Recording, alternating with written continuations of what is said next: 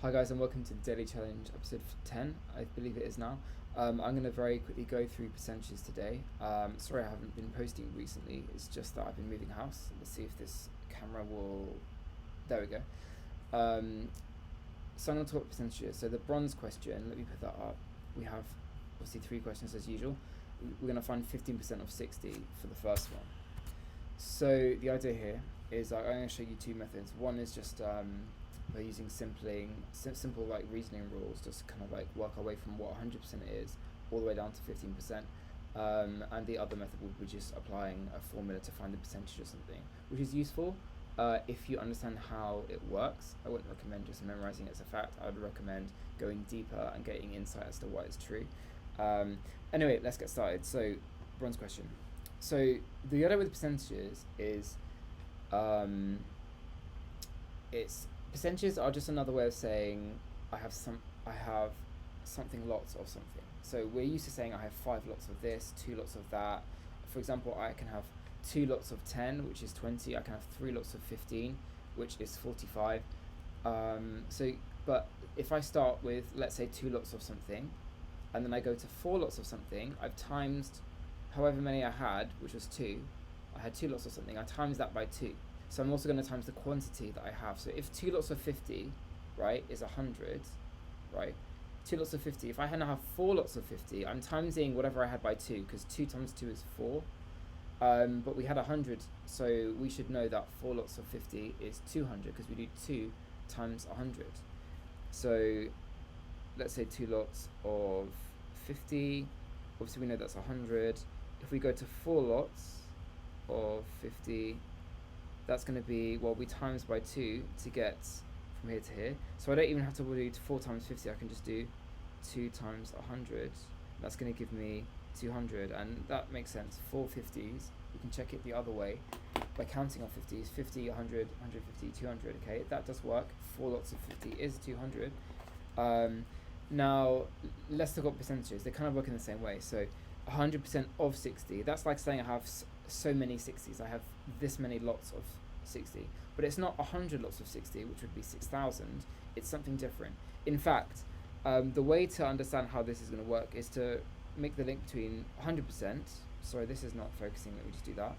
Come on, don't be naughty. There we go. 100% of 60 is the same as 1 lot of 60, okay? I think a lot of you would have known that already. So let's see how we would, let's say, go to 10%, okay? Well, think about it. If I have 100 lots, I have 100% of 60, what do I divide that by to get to 10%? Well, I split my 100% into 10 lots of 10%. So that means I have to divide by 10 to go from this percentage to this percentage. And just like here, you could, if we went the other way from 4 to 2, that would be dividing by 2. And so we also could divide 200 by 2 to get 100 back. Okay, so it works both ways. We can go from this to this by timesing and backwards by dividing. It's the same thing over here. We can divide by 10.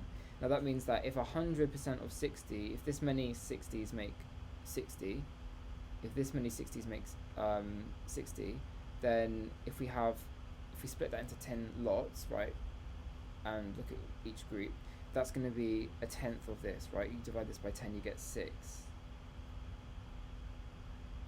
So we say that 10% is 6. I'm maybe going to change the way that I wrote that. Let's say 100% is this, because in this situation I'm dividing 100% as that. Okay.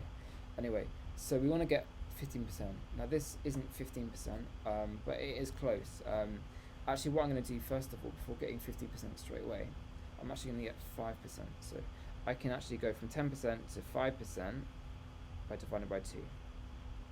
So I know that, sorry, I have not written this well. Okay, so half of that is 3, right? So I divided 6 by 2 as well. That means, if you think about it, we've got 10% and 5% together. Together that makes 15%. So if I add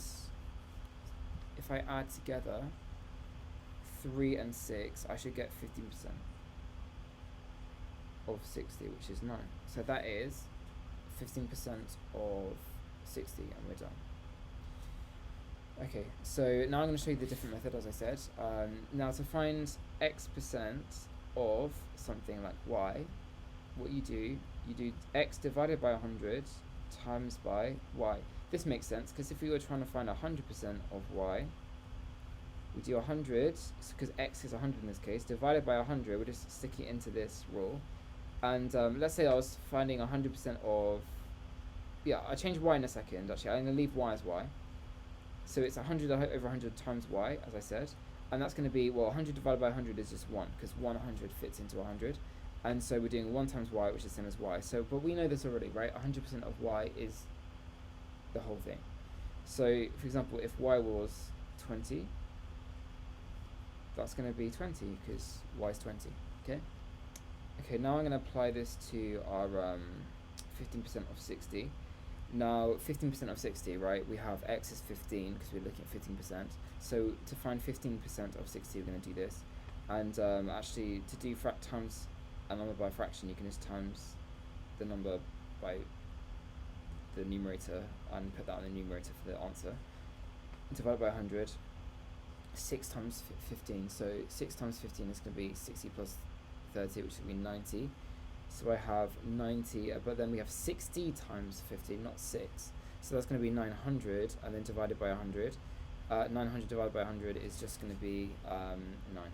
Okay? So actually, we got the same answer, and that's what we expected. Okay, let me go to the next question now. So the next question says this. If I start with £5 in the bank and gain 1% interest annually on that account, how much will I end up within 15 years? I should change that to after. What will I end up with after 50 years?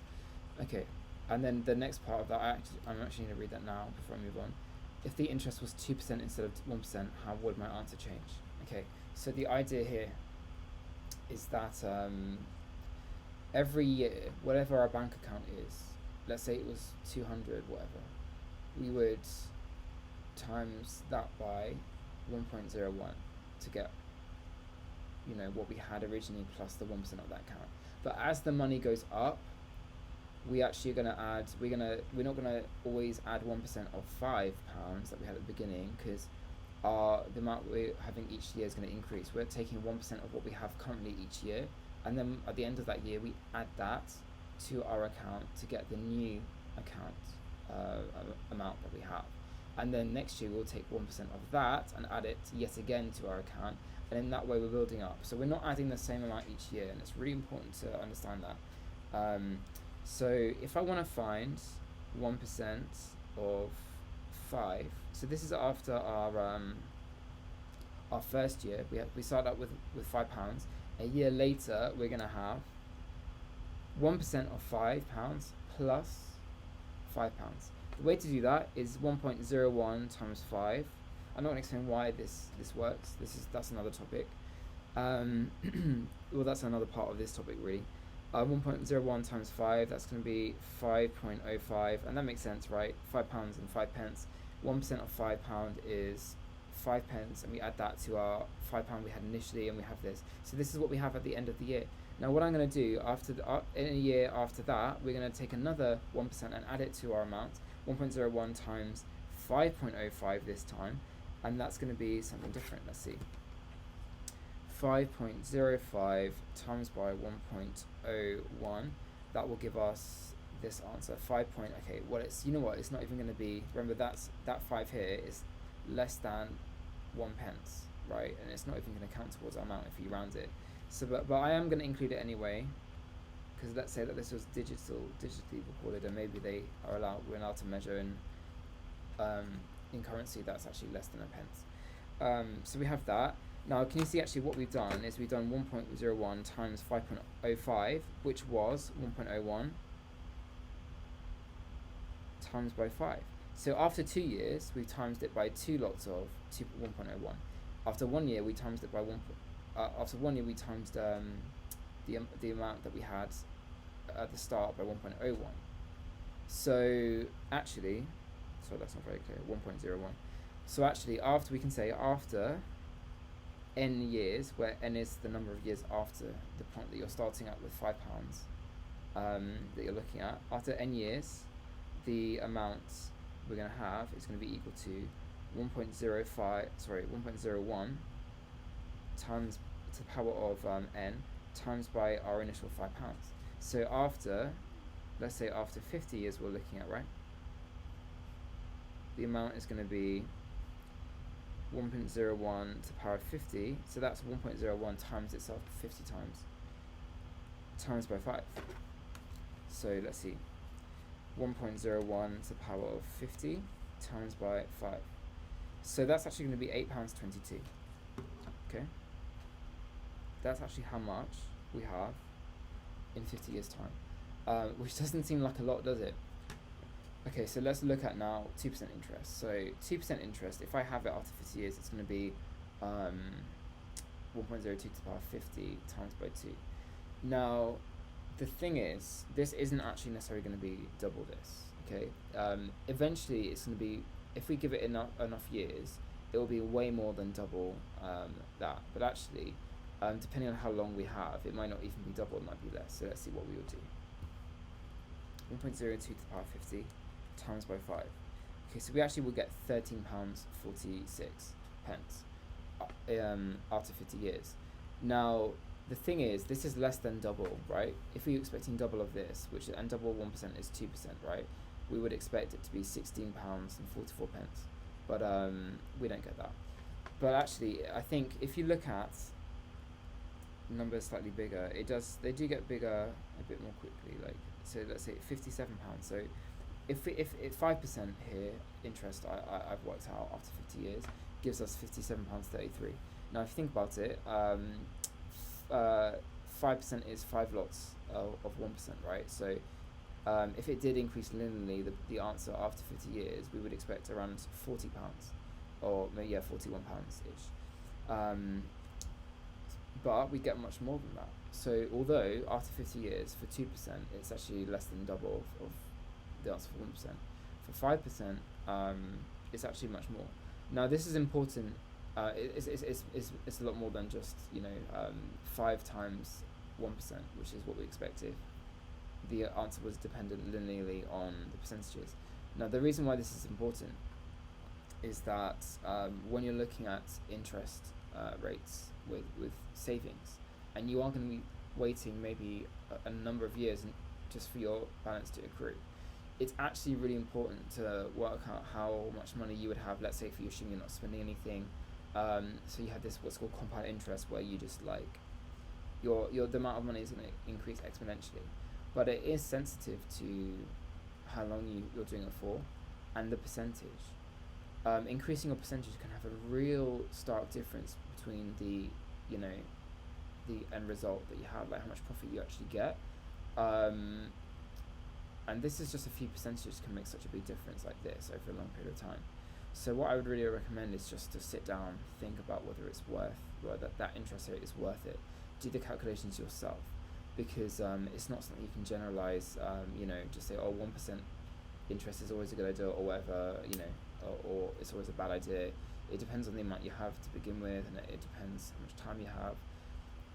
But this stuff is really sensitive to the initial parameters, so just do the maths yourself and just see exactly how much you would get in 50 years. Don't just think, interest is a good idea, period. Let's just save this money in your account, because there are other ways to invest money. You don't have to always put your money somewhere for it to accrue gradually.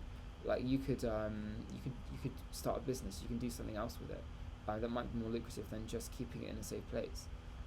So this is just one of the important reasons why. One of the reasons why you need to learn maths yourself, really. Okay, let's go through with the next part. So the next part we have the gold one. So why is 25% of 50 the same as 50% of 25? And more generally, why is x% of y the same as y% of x? Now, what we're going to do here, why is 25% of 50 the same as 50% of 25? Well, let's look at 25%. 25%, how many 25% are in 100%? 4 of them. 4 times 25 is 100. So we're going to find a quarter of 50. I made a slight mistake with that. 12.5, I said it was 12.25, see me.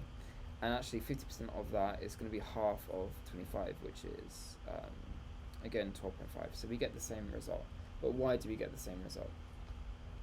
Well, I'm going to look at, to explain this, I think one way to do it is to look at the algebra. So if I have x% of y, we did this earlier, it's x divided by 100 times by y, and actually you can do x times y on the top, and y% of x, you know what, we can just switch the role of the x and the y, and you're going to get this, x times y over 100. Now look at these two here, look at these two, they're the same fraction. Okay, I know they're written differently, but if you think about it, x times y, it doesn't matter what order we do those things. X times y, 1 times x, that's going to give you the same answer. Because multiplication is what we call commutative. It doesn't matter what order we do.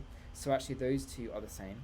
And that's why all the time when you look at something percent of 50 or you know, any percent of something else, it doesn't matter what order those numbers are, which is kind of cool. Anyway, I'm going to keep it brief, so let's stop there. But thank you for listening, and stay tuned for more. Okay, thank you. Bye.